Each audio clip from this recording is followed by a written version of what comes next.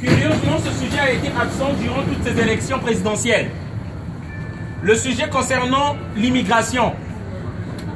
Quelles mesures prendre pour endiguer cette immigration, ou plutôt faire en sorte que l'immigration massive ne puisse pas augmenter ou déborder. Il faut savoir, chaque année, la France régularise 290 000 personnes, sans compter les sans-papiers. Il y en a encore plus. Est-ce que, la question que je me pose, est-ce que la France a pour vocation d'accueillir la misère du monde?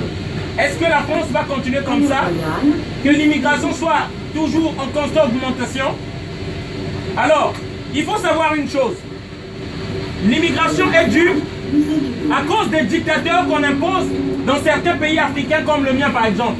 Pour la petite histoire, comme j'aime le dire, en 1997, Jacques Chirac va armer un monsieur qu'on appelle Denis Sassou Nguesso du Congo-Brazzaville, un criminel, qui va tuer son peuple et qui va se maintenir au pouvoir.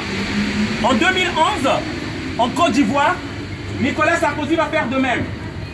Il va imposer une personne qui n'est pas aimée par le peuple, et c'est ce qui occasionne des guerres, ce qui fait ensuite que nous autres, parce que moi j'étais au pays, j'avais une bibliothèque, j'avais 3 travailleurs, et j'ai quitté le Congo, je suis venu comme certains Ivoiriens sont venus ici.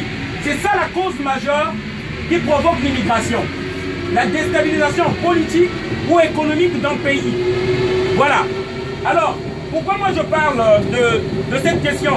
Parce qu'on aimerait savoir quelles sont les mesures que M. Macron va prendre pour endiguer cette immigration. Est-ce qu'il continue à nous maintenir des dictateurs? Est-ce qu'il va changer de politique, stabiliser l'Afrique, afin que nous rentrons enfin chez nous? C'est ça la question qu'on aimerait bien se poser. Alors, il faut savoir une chose. En France, il y a une oligarchie, ce n'est pas une démocratie, comme on nous le fait comprendre toutefois. La démocratie, comme certains le savent déjà, démos, ça vient du grec. Démos veut dire peuple, kratie veut dire pouvoir, donc le pouvoir du peuple. Si vraiment on était en démocratie en France, toutes les lois, c'est le peuple qui voterait ces lois-là.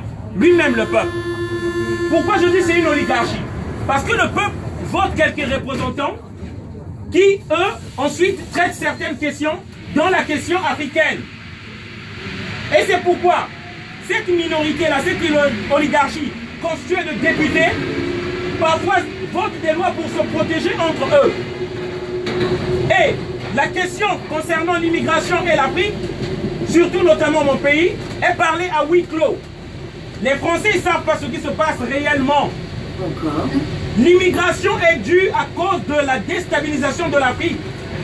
Beaucoup d'Africains voudraient bien rentrer chez eux, mais ils ne le peuvent parce qu'il y a des dictateurs chez nous.